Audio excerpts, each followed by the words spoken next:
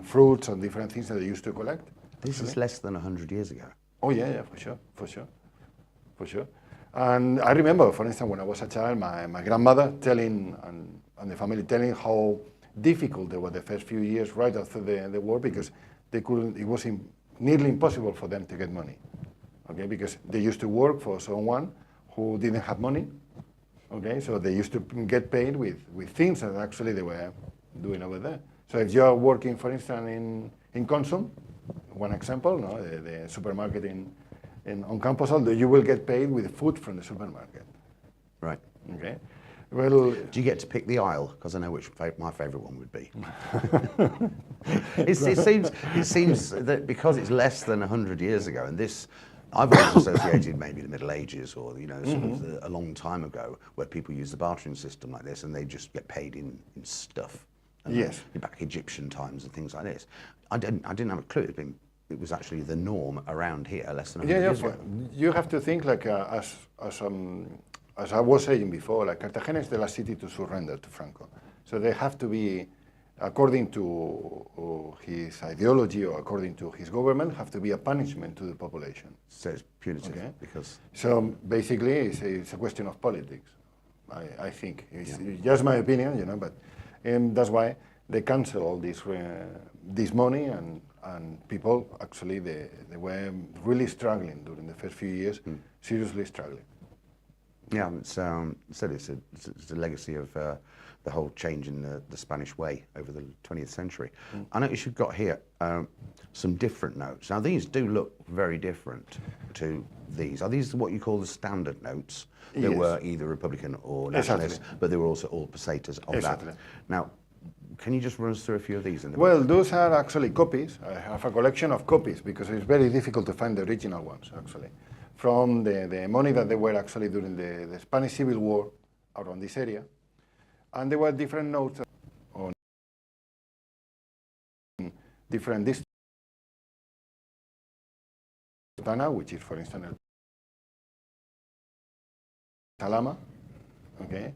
Los Cánovas is Fuente Álamo, La Pinilla is Fuente Álamo. So when you're just traveling a little bit, you're changing like from Mazarrón to Alama to Fuente Álamo. And they couldn't spend this in Fuente Álamo?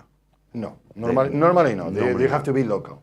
But plenty of people, they used to accept it. They used to exchange.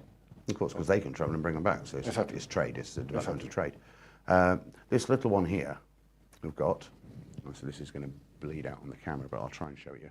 That one there. Spanish word vale. From value, from valer. It's derived from value because of the note, and that's why if you say okay in Spanish, you go vale. Basically, yes. Okay, I like that. And this is one from a particular business. Yeah, it's something about the cars, actually. And I suppose this sort of filled a real gap, because if you weren't allowed the not nationalist, the Republican money. Like you say, everyone was poor, and probably including businesses, including managers, including people that were probably quite wealthy ordinarily. They became poor very quickly. But they were still in business, so they created their own credit system, and it's like one step further than the barter system. Rather than saying, oh, I'm going to give you 100 bags of flour, I'm going to give you this ticket, which then you can go spend it with my mate who makes bicycles or makes whatever else. And so it's the development of currency, which over humanity has taken 5,000 years. This all happened in Matheron, not only Matheron, but in Matheron, around the area, small towns, and it developed over a period of, what, 20 years, this? Something like that. Yes. That's fascinating, absolutely fascinating. This book, by the way, is great.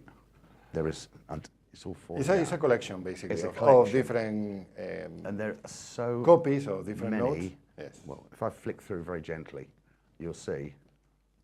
You can find from Jumilla, from Lorca, from Calasparra, from Cartagena. Like I said before, I'm looking forward to going to your your museum and having a closer look. Of course, I don't mind. I don't mind. That's brilliant, absolutely fabulous. So we've talked about the cash in the 20th century. We are going to look at another time. We are going to look at sort of Roman Bronze Age and going through the Moorish, if that's okay with you. Yeah. Love to do all that as well. This has been fascinating. And it's just that journey between, since the end of the Civil War, a currency being taken, filled in by notes, and then getting back to normality over a period of time. Oh, yeah. And after all that, you then converted to the euro at the end of the 20th century. Fascinating, Antonio. Thank you very much for coming in and showing us these amazing exhibits. It really is fascinating, isn't it, when you get into the nitty-gritty of things like this, and they're sort of little stories about here around Camposol, Matheron, and places where we like to call home. That's it for this week. Thank you very much for watching Camposol TV, and we're here at the same time next week with another episode of Camposol Through Time.